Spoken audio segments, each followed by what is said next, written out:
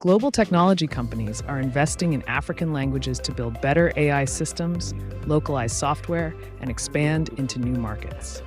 If you speak Afan Oromo fluently and learn modern digital skills, you can position yourself for international remote work. Here are 5 high-paying digital skills for Afan Oromo speakers to build successful remote careers. 1. AI prompt engineering. Companies need experts who can create prompts in African languages, improving AI understanding of regional cultures. 2. AI data annotation. Native speakers label data for machines. Your understanding of cultural context adds value. 3. Technical translation. Businesses need localization for software and documentation tailored for local users. 4. UX design. Understanding local user interactions is key for companies expanding into East Africa. 5. Cloud computing. Learn platforms like AWS and Azure to support companies across Ethiopia and East Africa. Why is Afan Oromo becoming more valuable? AI companies need native speakers for accuracy in AI development and localized services. Start your journey by improving your communication. Choose a skill, study consistently, and build a professional network. Speaking Afan Oromo is your advantage in the global digital economy. Combine it with tech skills for a rewarding career. Prompt engineering. Prompt engineering ogummaan jalqabaa prompt engineering. Prompt engineering jechuun AI akka hojii sirriitti hojjetu qajeelchuu jechuudha. Dhaabbileen hedduun namoota AI qajeelcha barbaadu. Yoo afaan Oromoo fi Ingilishii beekta taate carraan kee hedduu guddaadha. Ogummaa kana barachuuf ChatGPT fayyadamuu ni dandeessa. Prompt barreessuu, shaakala, portfolio qopheessuu, shaakala jechuudha.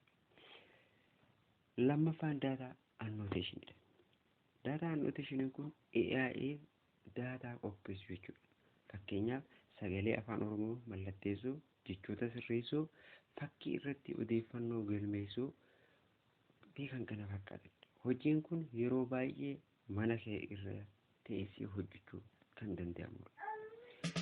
Inni sadaffaan technical translation. Kun hiika software, website, application, documentation gara afaan Oromootti hiikudha. Namni hojii hojjetu afaan lama sirriitti beekudha.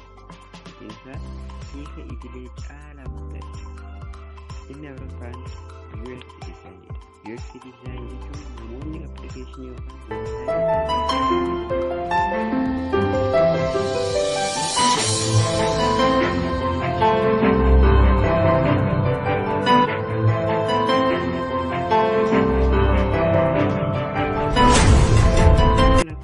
cloud management. Cloud management jechuun serveraa fi data internet irratti guddisu jechuudha. AWS, Cloud, Google Cloud, Microsoft Azure baratti hojii remote hedduu argachuu dandeenya.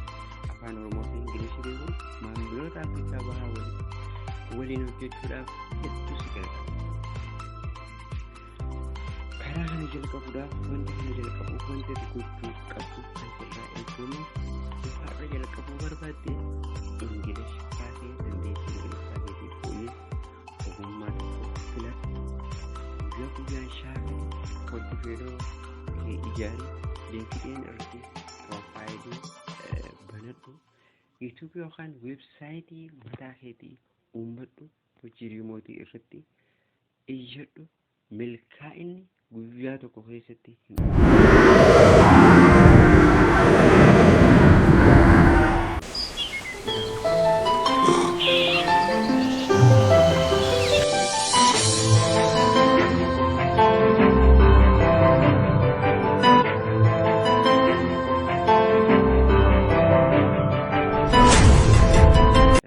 viidiyootti aanu keessatti akkamitti hojii remote jalqabdanii fi eessa akka galmaa'an isin agarsiisa.